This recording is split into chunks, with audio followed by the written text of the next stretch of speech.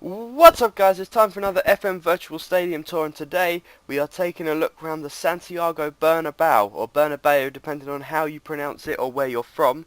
And this is the home stadium of Real Madrid Football Club. And as always for you, the first fact I have for you is when it was opened, and the Santiago Bernabeu, named as it is, was opened in 1947.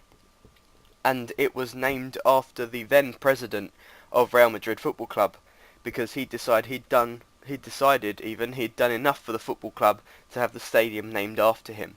But that's not the original name it was opened under, because this stadium is on the same site as a previous stadium that Real Madrid have used, called the Campo de Chamartín, which was opened in 1924 after their first stadium and previous stadium to that was considered not big enough for the football club.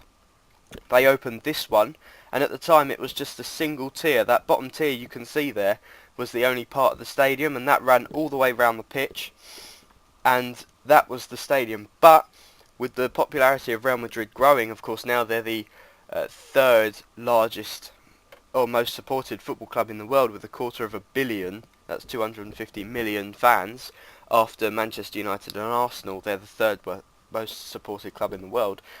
They decided they needed a bigger stadium, so they closed it for 2 years, and in 1945 they closed it for 2 years, and then in 1947 they opened it with the second tier, which is all the way up to just under the top tier there. And on this game it looks like 4, but it's actually just 2 in real life, 2 tiers. Yeah, they opened it to that size, and at the time they found that it could hold just under 100,000 people. But of course, as I always say, you have to take that with a pinch of salt, because there were less safety rules. The fans were crammed in a lot tighter. You could fit more people. They were standing up. But as time progressed, more rules, more safety rules came in, and that meant the stadium capacity was lowered and lowered until it was down to about 50,000.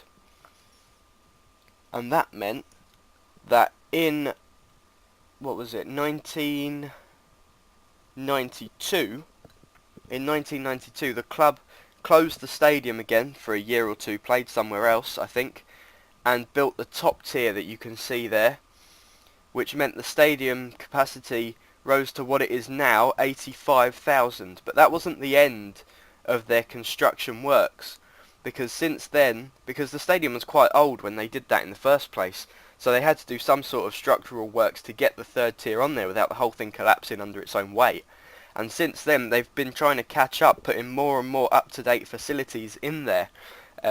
If you play FIFA 13 and you play at the Bernabeu a lot, you've probably heard the 2 English commentators saying that for years now they've been coming to the Bernabeu and they don't know which side they're going to be on, because they've been renovating it all. The press facility side has been switched from grandstand to facing grandstand, and I'll just show you the grandstand now on the picture. I'm a little bit zoomed in, so I'll just zoom out for you.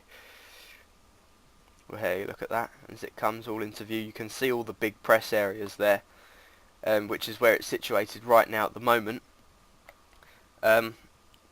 Yeah, so they talk about on FIFA, they do a little bit, because they do little sections, the commentators in very famous stadiums, they do a little bit about how they turn up and they're never quite sure what side they're going to be on, because the stadium's been updated.